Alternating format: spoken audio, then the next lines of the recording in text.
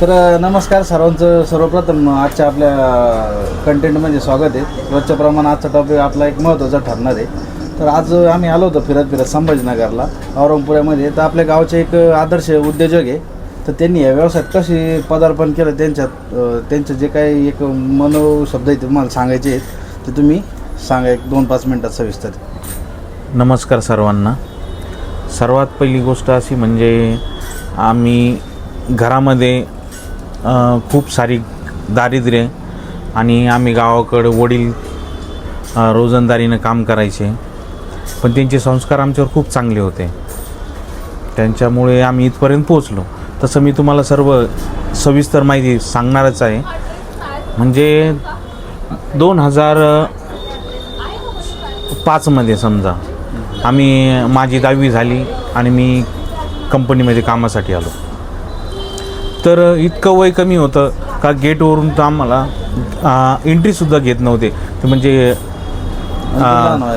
अगदी लहान वयात आम्हाला कामावरही कंपनी घेत नव्हती. आमचे बंधू विनोद सर, आज ते पण चांगले एक संस्था आहे त्यांची, व्यवस्थित आहे, सगळं केलेलं आहे.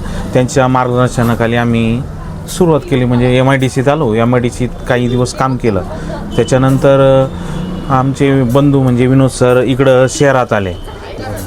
शहरात आल्यानंतर ते इथं एक मार्केटिंगमध्ये चांगल्या कंपनीत जॉबला होते. तर ते म्हणे तुम्ही पण इकडे या, तुमचं भविष्य पण इकडं राहील. इथं आल्यानंतर आम्ही सुरुवातीला दुसऱ्याचे हॉटेलमध्ये छोटे मोठे काम केलं. नंतर एक नामांकित दुकान उदय झेरॉक्स म्हणून अंजली टॉकीसमोर आहे, तिथं आम्ही गेलो. तर तिथं मला जॉब भेटला. मग सुरुवातीला मी काही दिवस काम केलं.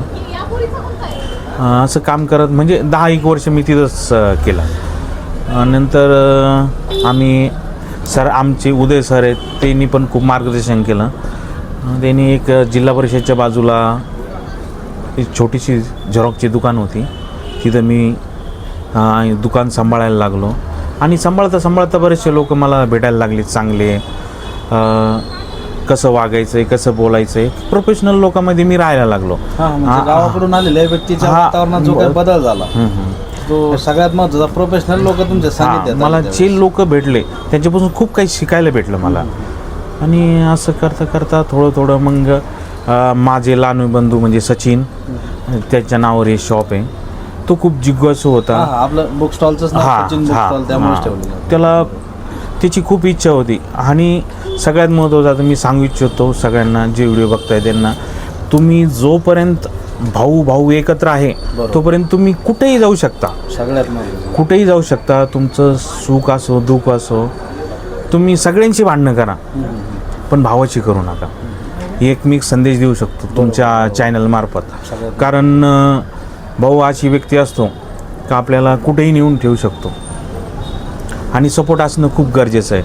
आता आम्ही दोघांमुळंच आता हे जे आम्ही दारिद्र्य दिवस काढले, आता हे थोडेफार चांगले दिवस, अजून खूप काही करायचं आहे, अपेक्षा भरपूर आहेत, ते करायचं आहे.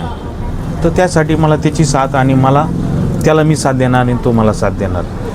तर हे तसंच सगळ्यांना सांगू इच्छितो की सगळ्यांनी एकत्र राहावं आणि एकमेकाला सपोर्ट करावं. आणि भावाच्या जे काही कौटुंबिक तुमचं सगळ्यात महत्त्वाचं आहे. आज जे एवढं मोठं बुक स्टॉल तुम्ही उभारलेलं आहे, ही एक आनंदाची बाब आहे आपल्या नेवरगावकरांसाठी. त्या नेवरगावचा एखादा खेड्यातून आलेला व्यक्ती कुठंतरी एक एवढा मोठा उद्योग उभारू शकतो एखादा.